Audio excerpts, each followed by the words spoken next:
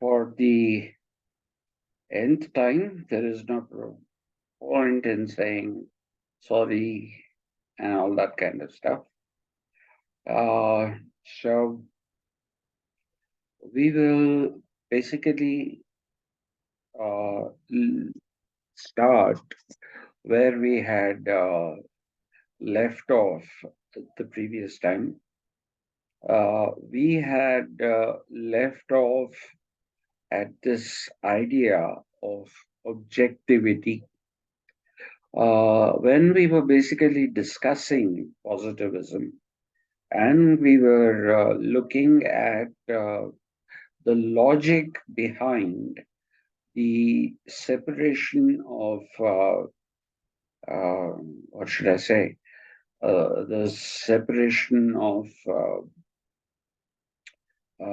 science and philosophy and science and history by classifying them as fact value dichotomy. So, in fact, you have science, in values, you have religion, philosophy, and anything else that you can think of, which is not factual. Okay, so this was the thing that the positivists under Auguste Comte were doing. The reason why they were doing this is because of the fact that uh, they believe that a natural science had emerged very clearly, and it brought along with it certitude of knowledge, and through that uh, development of uh, the understanding of nature and consequently also manipulating nature for by I mean the human species. So for the benefit of the human species, you could even manipulate nature. Okay, so they said there is this great thing called science, and this has somehow not happened in the study of society. While it has happened in the study of nature and the universe, therefore they got the designation of natural sciences. The social sciences didn't happen at all. That is mainly because of the fact that they saw too much intervention of history and philosophy in the study of society. And since these were based entirely in value systems, they said you have to eliminate history and philosophy.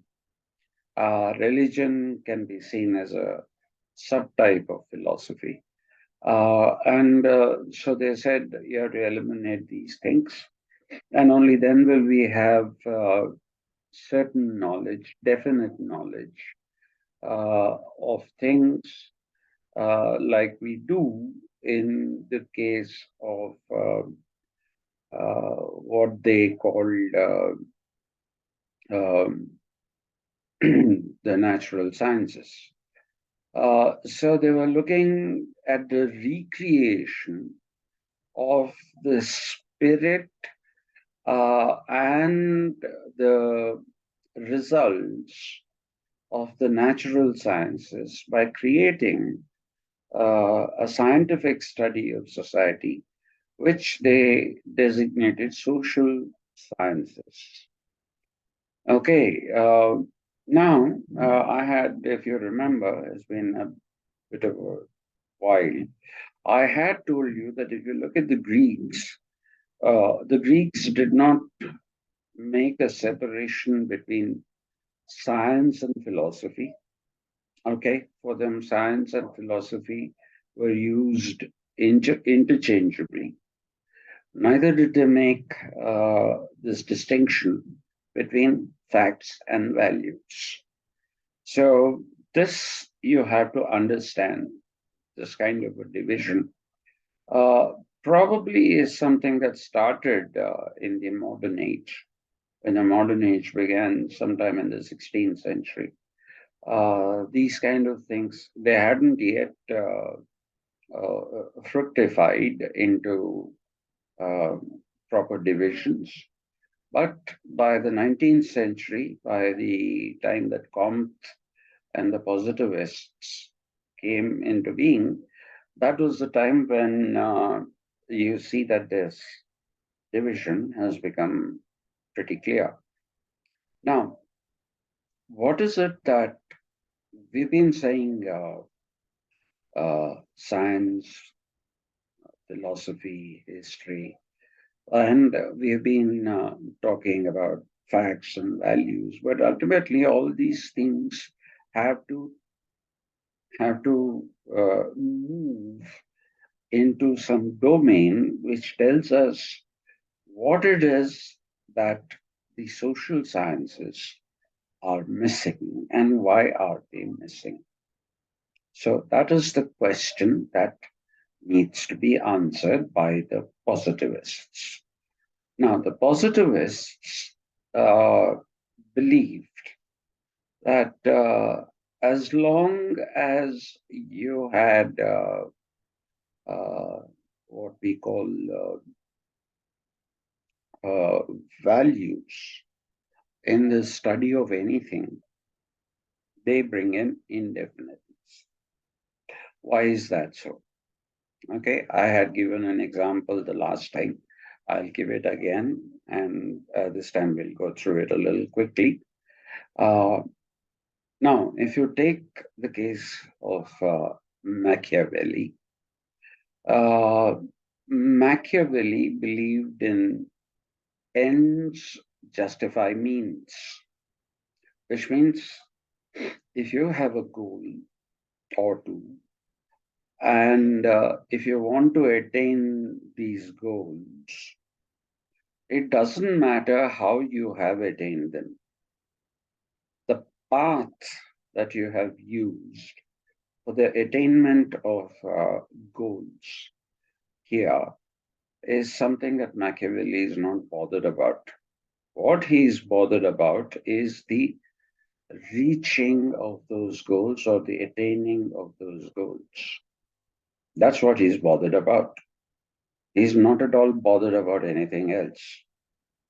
Okay, he's only looking at the results, and if the results are there, it really doesn't matter what were the causes that facilitated this whole uh, thing called certitude and all that. Now, if he has not certitude, sorry, the results were there, the means were unimportant. But if you look at Gandhi, Gandhi basically said that freedom that may be attained by India by using bloodshed is no freedom at all. He says that true freedom, true independence of the country uh, will have to be judged by not just using looking at the ends,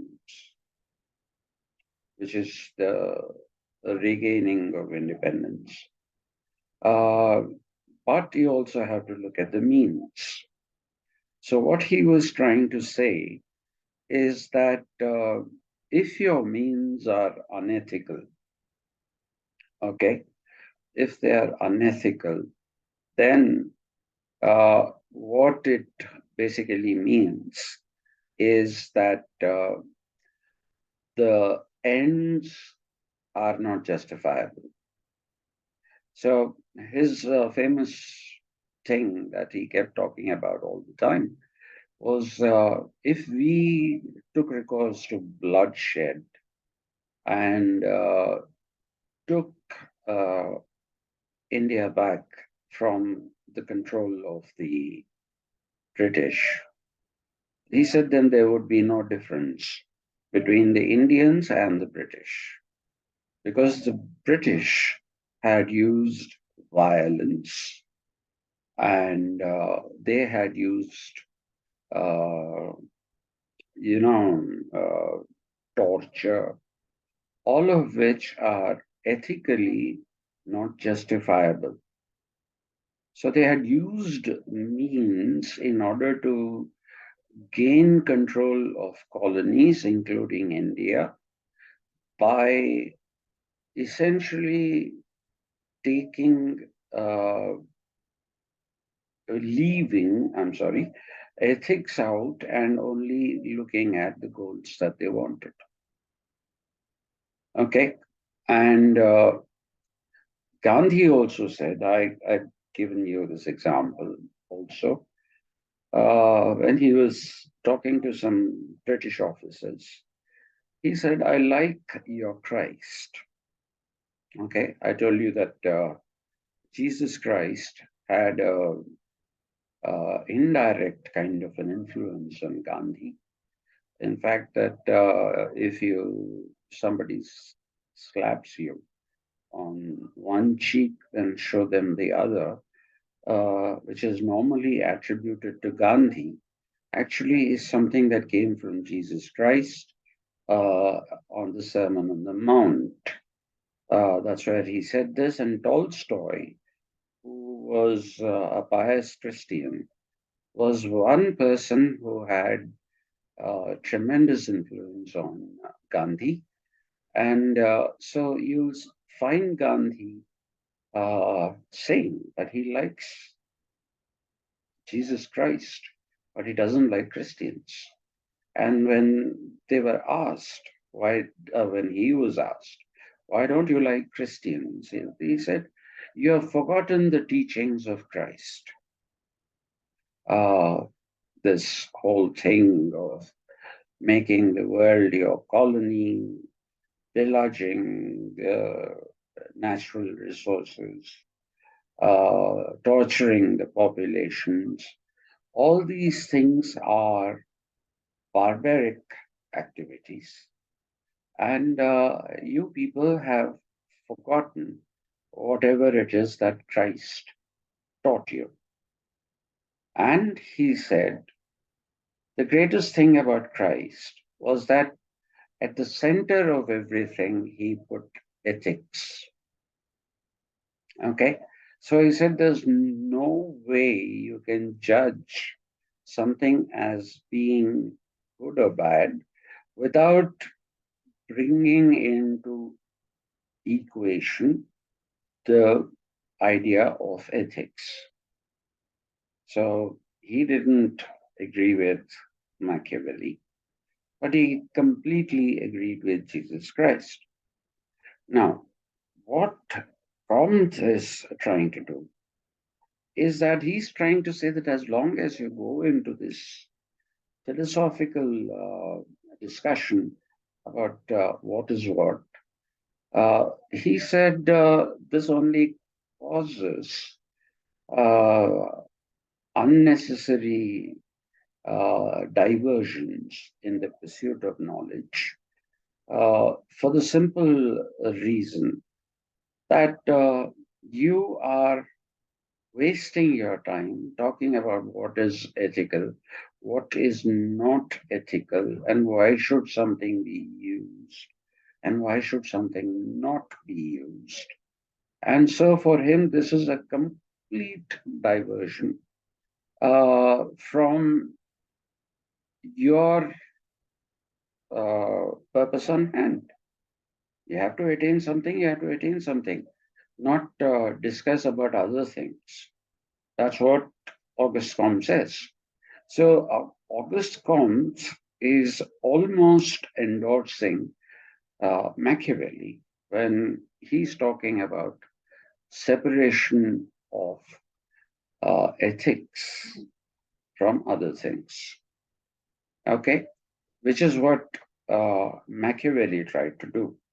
When he said ends justify means, he was trying to say that let's not worry about what means are being used. What is important is that we have got what we want. That is the basic bottom line of Machiavelli's thinking.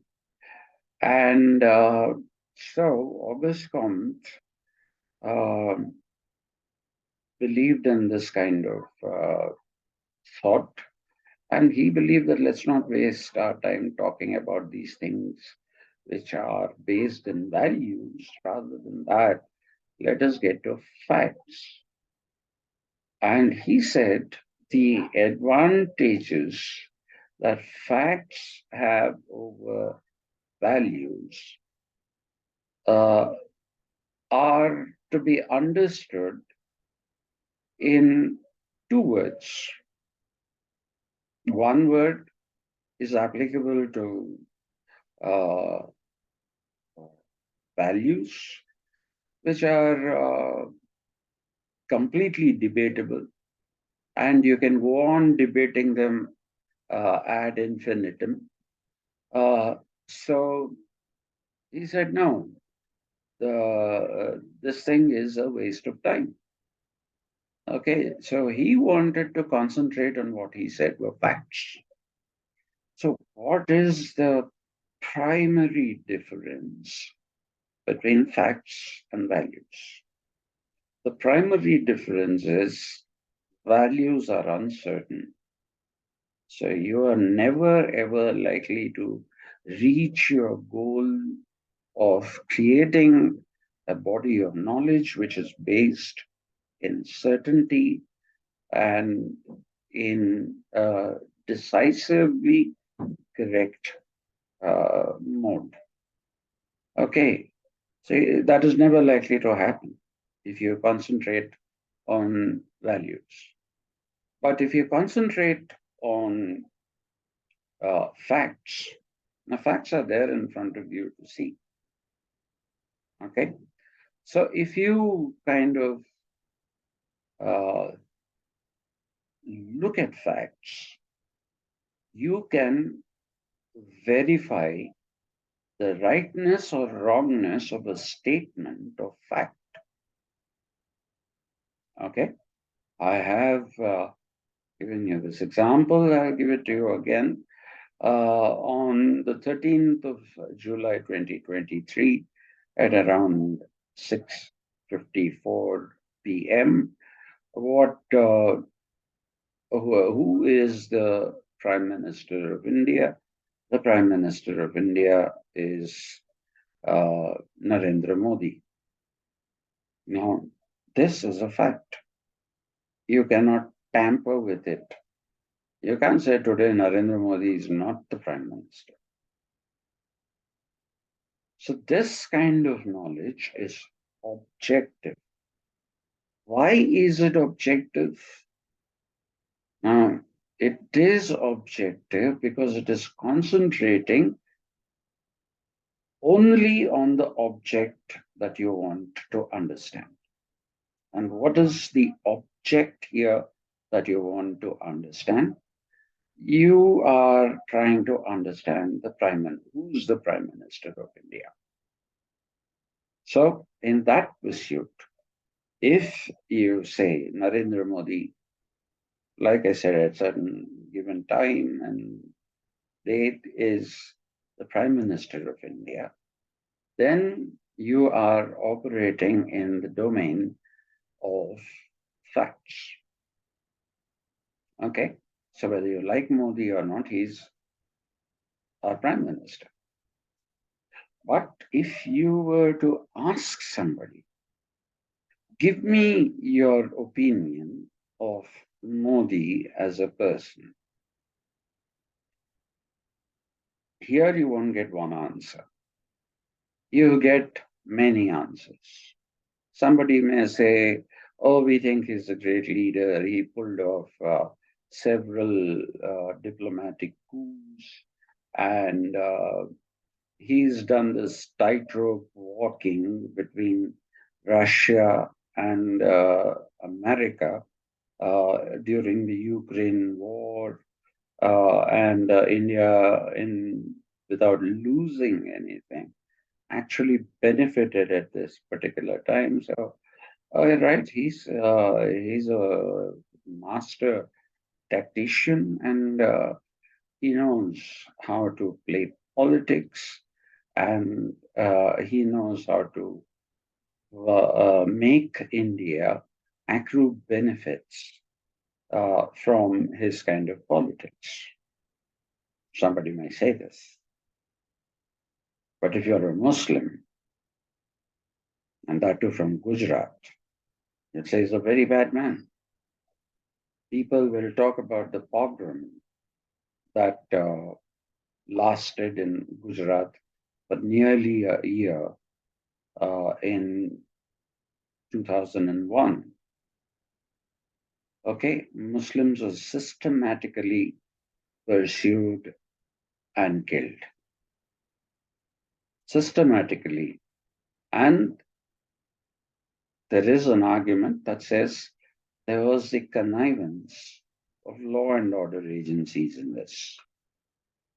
So it's called a pogrom because of the fact that it is supposed to have been state sponsored. Okay, so somebody who focuses on ethics, they say, let's not talk about 2023. Let's not talk about Narendra Modi of now. First, let's talk about the Modi of the past. What kind of a person was he? Was he even a good leader? Was he even a good diplomat? Actually, he was none of all that. Even if you put the pogrom aside, even if you put the pogrom aside, he wasn't all these wonderful things. Now, what happened is that since the BJP doesn't depend upon families, look at all the rest of the political parties in the country. They're all run by families. They're run like family concerns. So if you look at the Telugu Desam party, it is NTR and Chandrababu Naidu's family. And if you look at YSRCP, then it is run by Jagan, who's the son of Jagan and his sister, who are children of Y.S. Rajashekar Reddy. If you go into Tamil Nadu, we have uh, the DMK party, and uh, Stalin is the satrap there. And come to good old Telangana. The car is full of KCR's family. Okay, it's probably high time he ditched, like he ditched TRS and made it PRS. I think he should ditch the car and put an airplane or probably a ship in the water. Okay, so then it can hold more of his family together. So this is here. You go up north, Akhilesh Yadav, Mulayam Singh Yadav in UP. You go to uh, Bihar, it is uh, RJD of Lalu Prasad Yadav and his son. And if you come to Maharashtra, Shiv Sena and Bal Thackeray's family is trying to grab control of the Shiv Sena again, which they lost for some time. So these are all families. In UP, you also have one woman family which makes 28 statues of us, and that is Maya Devi. And If you go to uh, Kashmir and Jammu, it is either the Sheikh Abdullah family, or it is the Mufti Muhammad Saeed, his family's party. So everywhere you look, you see parties here. Okay. And in that kind of a circumstance, perhaps when people were sick and tired of parties which were owned by families, and at the national level, we have the grand old Congress party, which is run by the Nehru family with the Gandhi surname. Okay, so you have to call them the Nehru Gandhis. You don't call them Gandhis. And so this was the party. And people were sick and tired of looking at the same faces. No, if you're looking at a democracy, you don't want to be like you're in some kind of a monarchical setup. It is very clear to you that you don't want to be in a monarchical setup. All right. You want uh, different people, and you might even want to be in one of the parties as a member of the party. You might want to work for the benefit of the country. The reason why AAP, succeeded in Delhi and in Punjab is because of the fact that people wanted a party in which they could also join and make a contribution to the growth of the state. Now, this contribution that we are talking about is not a selfless contribution, but it's also a contribution which says nobody has been hearing my voice. I have been talking away for such a long time. Nobody has been hearing my voice. So maybe if I go to AAP, then I will be heard. So that was the reason why many people went to Aam Aadmi Party.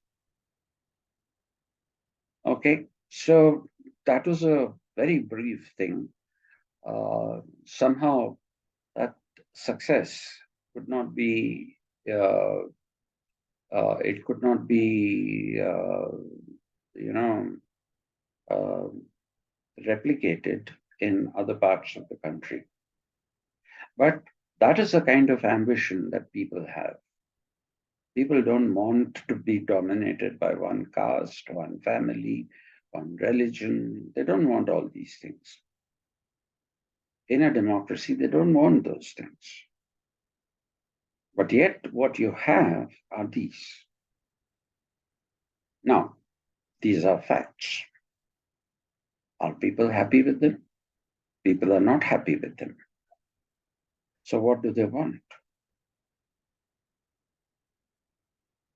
They want a good and ethical national party that will consider the judgments and values of a broad spectrum of people and make them, or rather, make those wishes which are there in the spectrum, at least some of them come true.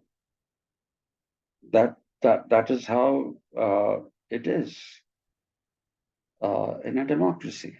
Otherwise, you might as well be in a monarchy. You might be in any kind of a thing.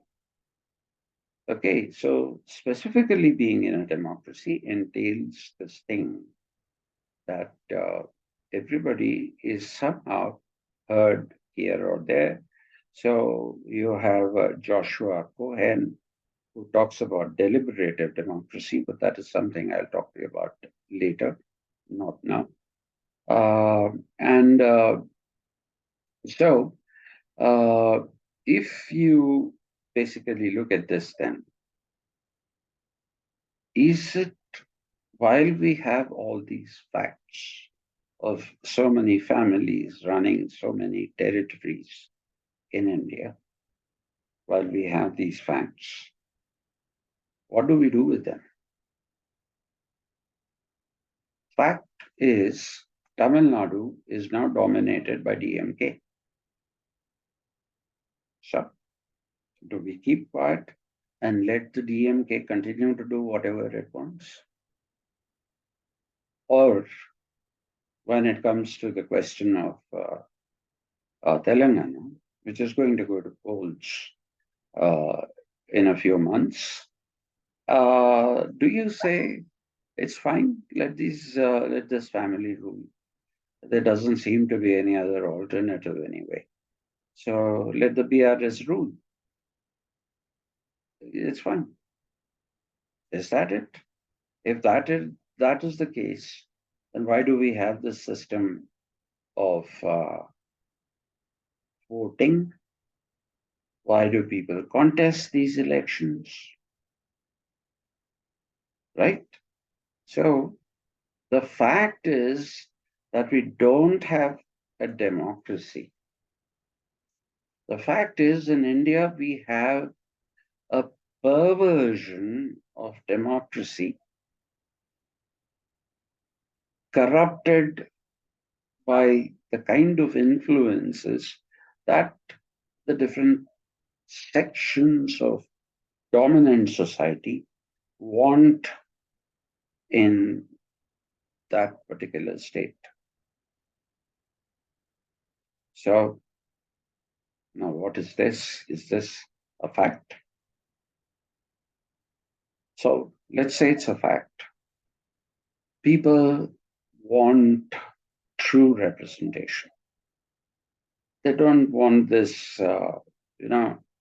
I'm sorry, I have only so many alternatives in front of me.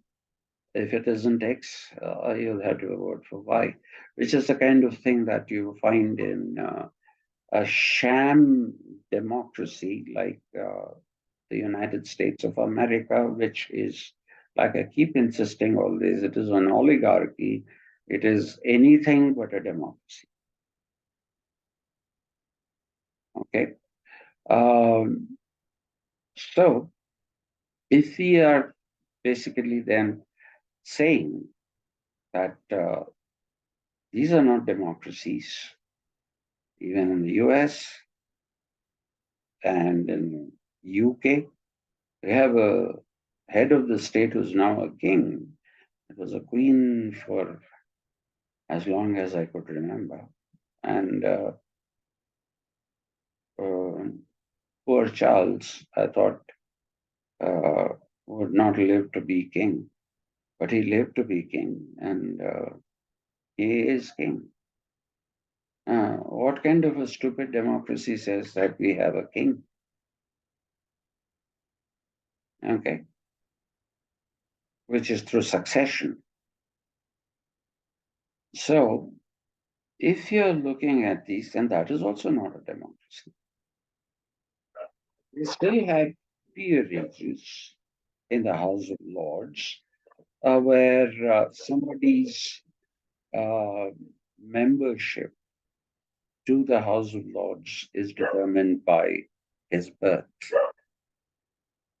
His birth. That is hereditary. How is that even a democracy? So, but you have a Labour Party. Has the Labour Party ever worked for getting rid of these blemishes of democracy, like the royal family and the idea of peerages getting membership of the House of Lords by birth? They haven't done anything to do that. Okay. their biggest attempt to do something about England might have been to pull it out of the uh, European Union. Okay, it might have been to pull this particular country out of the European Union.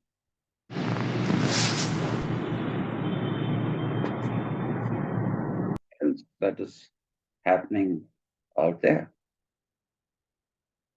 So, if these are facts, provable, definitive, verifiable, then what is the use of this knowledge? What is the use of this knowledge? Apart from just designating this as a fact, you're not able to do anything else because that will then go into a system of values, it goes into ethics. The moment you say, how can you have family based uh, political parties ruling different territories uh, in a democracy, that question itself will become objectionable because of the fact that it is now in the domain of um, in the domain of what we call uh, you know ethics. It's in the domain of values. So what kind of social knowledge are you going to see growing in a situation where you cannot intervene, and say, I want to change this? If you say, I want to change this, then you're doing it on the basis of a value. Please remember that values don't remain values. Facts don't begin as facts. As of 1935, when the Government of India Act was passed by the British, which is still 80% of our constitution, uh, was India a free country? Was it a democracy? It wasn't. But by 1947, August 15th, its status changed. So, what is that variable that contributed to this rather large scale change? So, here is a colony that never ruled itself, was never this political entity called India. It was a cultural entity many times, yes, but not politically. So if you look at that, then what are you looking at? You're looking at the aspirations of people. Why did people die? In order to attain freedom. Why did people die? I mean, you can ask this question. Somebody is going and is willing to fight for freedom, and there's a good chance of his getting killed in that fight for freedom. If you tell him, of what use is this freedom to you? You're dead anyway. So what comes after that? Why should it be of any value to you? So what happens is at this particular juncture, you'll get the answer. It may not be freedom for me, but at least my children and subsequent generations of people who are born here, these people will live a life of freedom and not of slavery as we have been living.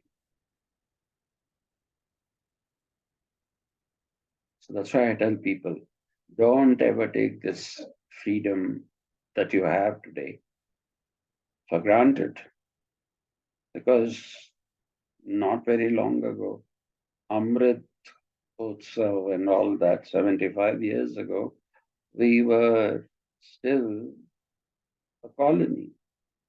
No rights, no self-governance, nothing. Today you have them because of the sacrifices of the people in the past. I was very touched when I saw Steven Spielberg's movie, Saving Private Ryan. I don't know if any of you have seen it. Please see it. It is a tremendous movie. Tom Hanks, my favorite actor. And as usual, towards the end, Tom Hanks leaves me with tears in my eyes, fighting tears in my eyes. Okay. And then a few days after I saw the movie, there was an interview with Steven Spielberg. And so he was asked, what was your motivation behind making this movie? Um, Saving Private Ryan. He said, I wanted to remind people of Europe and people of America not to take their freedoms for granted. Their freedoms came at a cost. They came at a cost. They came at the cost of sacrifices. I didn't want people to forget that. Because if you forget that, then you believe that you've always been free. Whereas the truth is that at some point or the other, all of us have been unfree. So that is an ethic and that is a value. So a country that was not independent in 1835 becomes independent in 1947. How does this happen? This happens because of the sustained freedom movement and how this sustained freedom movement aspired for, okay, it aspired for or it held freedom as a highest and most cherished value. Highest and most cherished value. Because people held these as highest and most cherished values, in 1947, it became free. So We were not always free like this. We were unfree. Please don't think I'm using Indian butler English, but unfree is an accepted expression, especially in academics. So you have to understand that before something turns into a fact, nothing is a fact at the time it takes its birth. It becomes a fact after people dedicate their energies, their focus, and only then will it become a fact. Now, I always like that conversation between the president of Pan American Airways and the president of the Boeing uh, Aerospatial Company. One of them is saying, if this is about the jumbo jet 747, so you will basically see this conversation is recorded uh, even as a video. So this man saying, listen, if you build a plane that can carry 400 people and above, I'll buy it.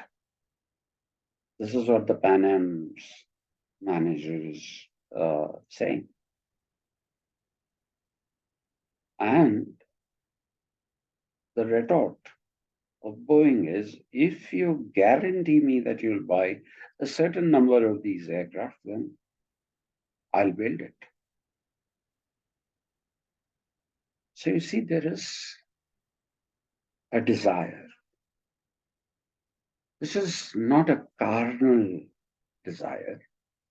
The desire is you want to push the boundaries.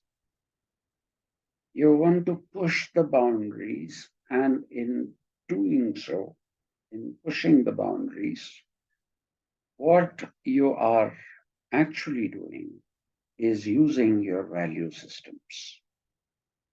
Using your value system, and through the usage of the value system, only then are you trying to attain your goals. So Gandhi's suspension of the Indian freedom movement at the time of that attack in 1922 on the police station in Chowri Chowra by citizens setting it on fire till the policeman inside died.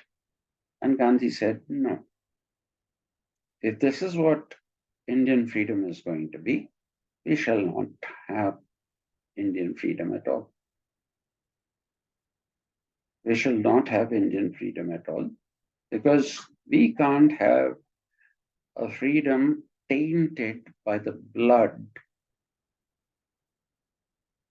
tainted by the blood of even the enemy. So that is a value which got converted into reality because India is the only country in the world. Please forget those BJP, IT cell things. The latest thing is Gandhi was the one who divided India and Pakistan. So please put aside your education from the WhatsApp university and concentrate on the real things that happen. We are the only country in the world to have attained independence through peaceful non-cooperation. Peaceful non-cooperation. The sad part is, after we attain independence, or at the time of attaining independence, when a country was bifurcated or trifurcated later on, you see that there was communal violence. Hindus killed Muslims, Muslims killed Hindus. All kinds of these things were happening. But it had nothing to do with the attaining of independence. I'm not saying that there was no violence in India. There was, but it was post attaining of independence. And a few incidents like the Chaudi Chaura incident. Uh, there are maybe another, there will be another incident other than Chaudi Chaura. So you have transformed from being a colony into an independent sovereign country through peaceful means because you cherished all these things, including the peaceful means. So, what was once a value became a fact, became a fact. So, if you look at uh, the history of India, it is full of instances of what kind of value aspirations people had, the kind of value systems that people had. You will see even now if there is some kind of a communal problem or whatever. The communal problems are never triggered incidentally by people. They are triggered by political parties. And in such circumstances, you find Hindus giving shelter to Muslims and Muslims giving shelter to Hindus, whichever way it is necessary. And even during the COVID crisis, there have been so many instances when Hindus have had nobody left in their families. So their last rites were performed by friendly neighborhood Muslims. Similarly, Hindus performed these rites during COVID for Muslim families. In India, please don't make a comparison between India and Europe. In Europe, when they say there is a problem of Muslims, the problem of identities, yeah, there is. Here, there isn't. People are trying. That is the BJP's agenda. They have to drive a wedge. Some do it by putting a wedge of caste. It's not the people. People live peacefully. They help each other out. So there's no reason for you to believe that Hindu. I tell my BJP friends, they keep telling me, if you leave things like this, then one day India will become a Muslim country. So I said I'll answer this in two ways. First is if people want it to become a Muslim country, and it becomes, let it. Who gave you this thing to say that you have to protect Hinduism? Who gave you this uh, duty to protect Hinduism? If it has to go, it will go. And I tell them that the Muslims are not ordinary people, not like the Parsis, who just came in and mingled with the Indians. It's not like that. These people were rulers. for 1,000 years, and still the percentage is less than 20. The percentage is less than 20. So people belonging to a religious community who rule this country for 1,000 years and are still a minority. Why do you think they'll suddenly become a major force? Till now it's a baby, and suddenly it's going to become a monster. Why? People do this for the sake of votes. You split people, you get votes. So this is another instance of value, but this is a very, very bad value. All values are not necessarily good. Please remember that. Some values are bad. So facts are not born facts. Values don't remain values. We wanted to become free, we became free. We wanted to become free is the value. We became free is the fact.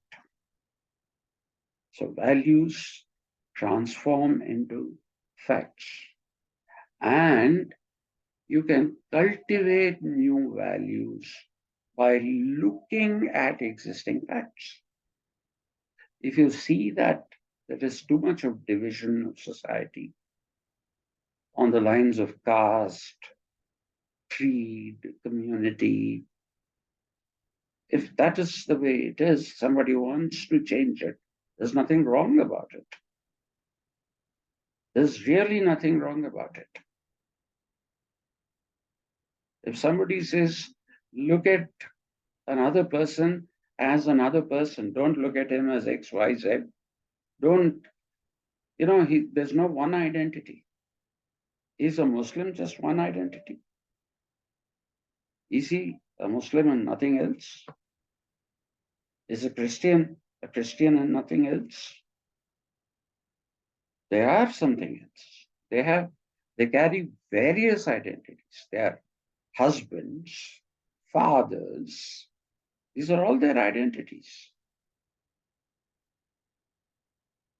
So this reducing of everything to one identity and calling it a fact is a very, very dangerous thing.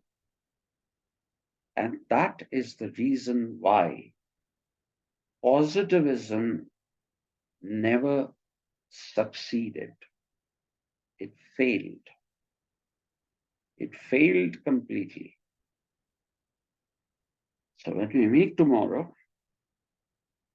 I'll just talk a little bit more about this, not for very long, maybe 5 minutes. And after that, we'll talk about, what do we say? We'll get into why the subject matter of society is different from the subject matter of nature. Okay. And how you cannot say what you did here, you can do here. All right. Thank you very much. And hope to see you tomorrow. Thank you. Thank you, sir. Thank you. Thank you very much, sir. Take care. Yeah. Thank you. Thank you, sir. Thank you. Thank you, sir. Good night. Good night.